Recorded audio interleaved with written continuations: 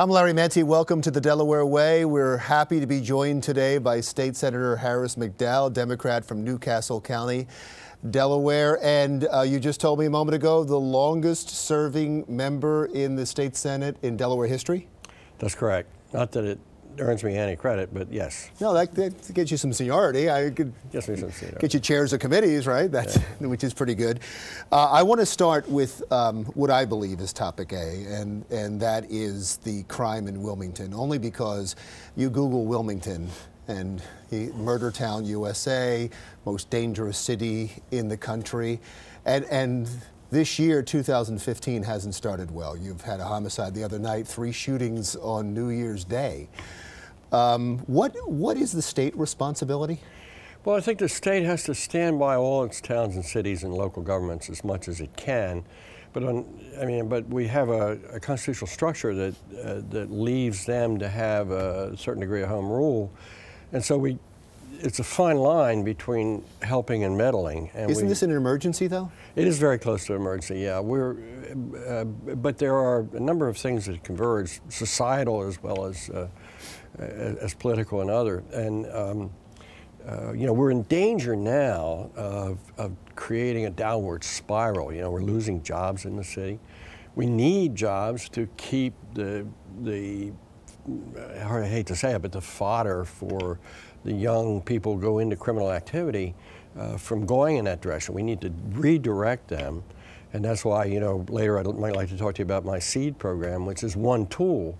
And we need to make sure we continue to fund that. And we will get to that. And everybody that I talk to seems to say some of the same things. The problem isn't just crime, it's education, it's drugs, it's we have to get jobs, right. But there's an emergency. And so number one should be public safety, should it not? And right. If it is an emergency, can't the state police be called in? Can't the county officials be called in? I mean, it's gotten to the point where something has to be done because, to your point about jobs, when people read about Wilmington and read about Delaware, they read about crime.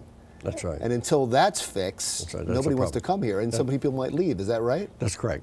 That is a real problem. We have to address it as best we can. Now, to your first question, I think the governor has done. We have put state police under limited agreements with the city police forces to come into the state and help out. Besides the state police, we've also used, and the mayor has said he's critical of having other uniforms in Wilmington. But so one of the other things we've done is use probation officers to come in and do special programs in the city where there are a lot of people on parole or probation who may be involved in criminal activities. One of the things that can happen there is they can be sent back to the court because of the activity. So we have been doing, under the governor's agreements worked out with the mayor, been doing some help. I'm not going to say it's enough because it's not going to be enough until this thing gets changed. If it's an emergency, doesn't that need immediate action? Well, it does, and I think some of that immediate action is being taken. One of the things you have to realize, we do have constitutional restrictions as to how much we can do for the city. If the city asks, it's one thing, but if the city doesn't ask, we have some limitations. And so we have to make sure that we figure a way to get the help in anyway. Wilmington has a very high ratio of police to population. I know. Very high. And so that's not the answer.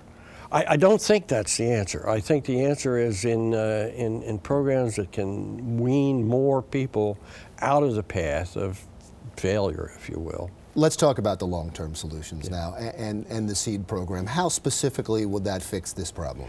Well, it won't fix all of it, but it will help direct kids in the right path.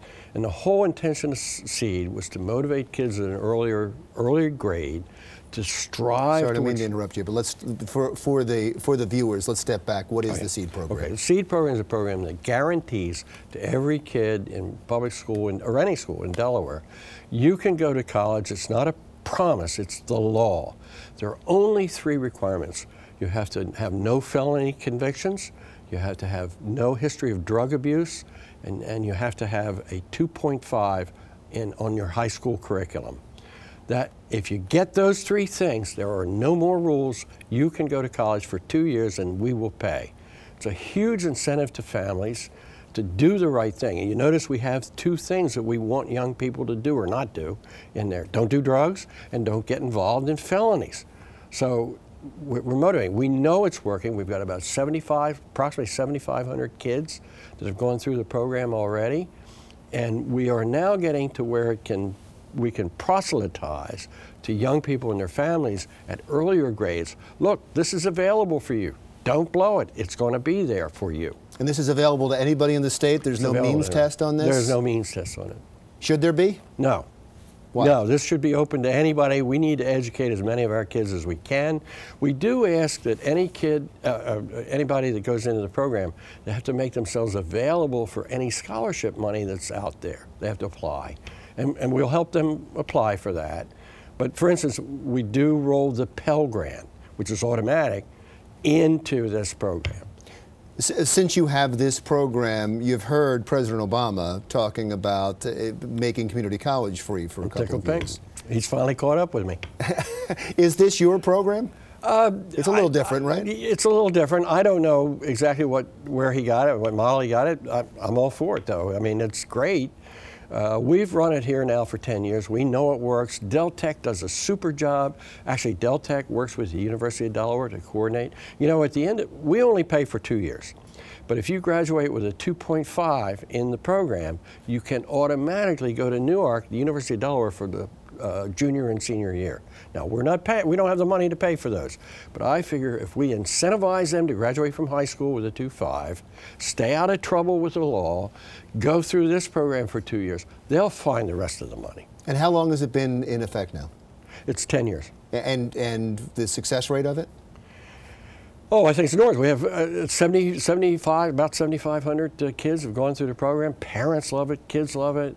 I can't tell you what percentage of those 7,500 are turnaround kids, what I call turnaround, but I think a significant number are kids that if they did not have this incentive in front of them, would have gone off into the weeds of big trouble and all that means. And getting back to Wilmington, taking what you're talking about and getting back to Wilmington, do you think your program is being pushed enough in the schools in Wilmington and that people know about it in Wilmington? Well, because I would think that if it was, it would help solve some of this problem. Well, I don't think it has been, and last year Representative Heffernan and I passed a bill to require, and we gave some money in the budget to require a more intensive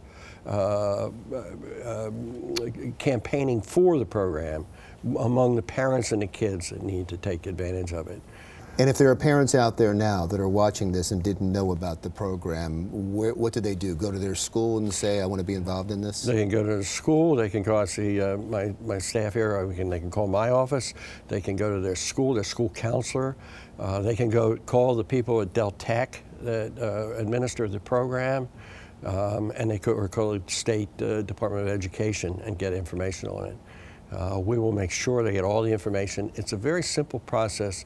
There are only those 3 rules. Stay out of trouble with the law, don't do drugs, and get a 2.5. I know you're very proud of this program and the Sustainable Energy Utility Program. We'll talk more about that when we come back. I also want to talk a little politics and the gubernatorial election coming up. What do I know about politics? That's right. When we come back with Senator McDowell right after this.